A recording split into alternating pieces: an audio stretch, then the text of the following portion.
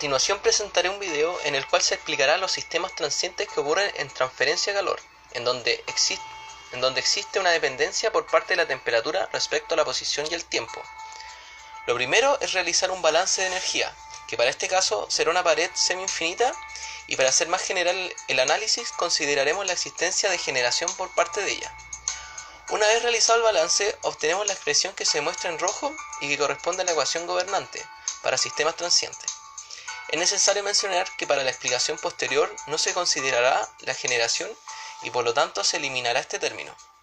Como el balance anterior fue realizado para una pared en la cual usamos un sistema cartesiano de referencia, también nos podemos enfrentar a otro tipo de sistema, ya sea cilíndrico o esférico, y en la que la ecuación gobernante la podemos expresar de la forma en cómo se muestra en la imagen. Para un n igual a 1 si estamos frente a un cilindro y para un n igual a 2 si este es una esfera.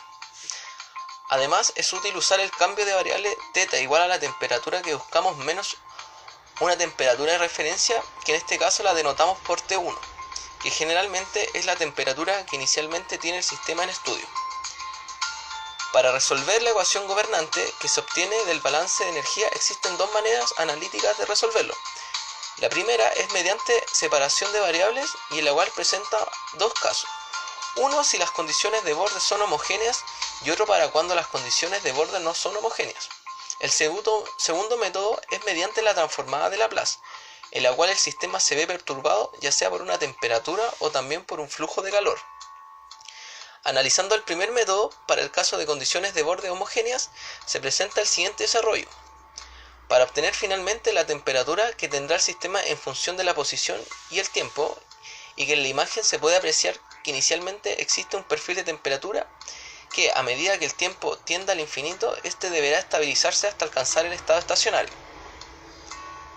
Para el otro caso, en la cual las condiciones de borde no son homogéneas, se debe establecer que θ de x, t está formado por una parte transiente y otra estacionaria, y que su parte transiente deberá cumplir con las condiciones de borde homogéneas.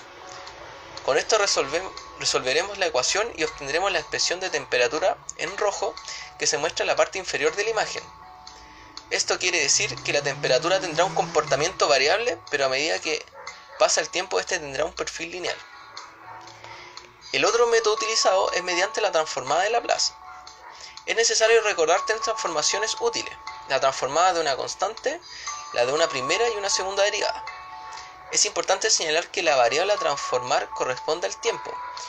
Con esto señalado, comenzamos a transformar la ecuación gobernante para obtener una función en términos de la posición y la variable s, que corresponde al cambio de la variable tiempo.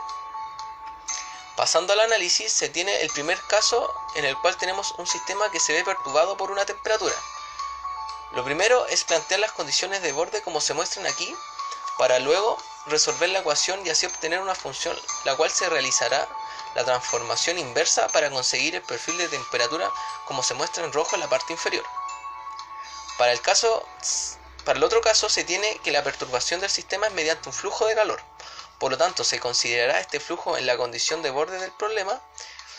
Luego, resolviendo la ecuación se obtendrá una función a la cual se realizará la transformada inversa, para así obtener el perfil de temperatura para este caso.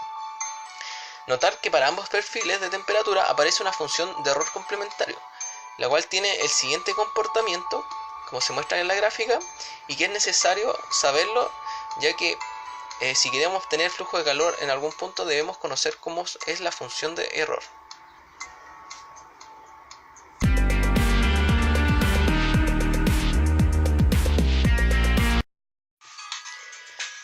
La superficie de un molde delgado que está a 25 grados Celsius súbitamente es calentado a 660 grados Celsius al ser llenado con aluminio líquido y mantenido a esta temperatura. Lo que nos piden es determinar el flujo de calor al molde en 1, 5 y 15 minutos, y las propiedades del material del molde son las que se muestran a continuación, para un K, para una densidad, para un Cp y para un alfa.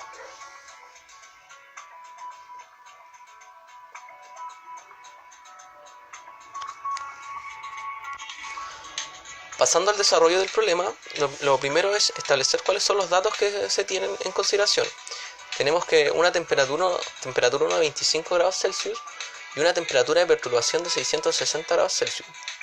En este caso como dije, tenemos una temperatura de perturbación del sistema, por lo tanto utilizaremos las ecuaciones que se obtuvieron por el método de la transformación de Laplace.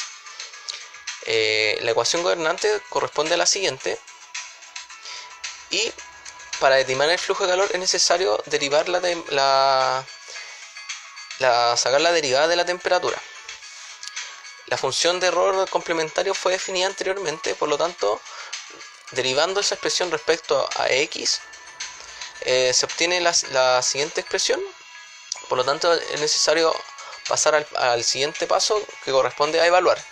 Se evalúa en 60, 300 y 900, ya que los minutos, el problema fue dado en minutos. Nosotros necesitamos trabajar, tenemos unidades de segundo. Por lo tanto, los resultados se pueden apreciar en la parte inferior del desarrollo.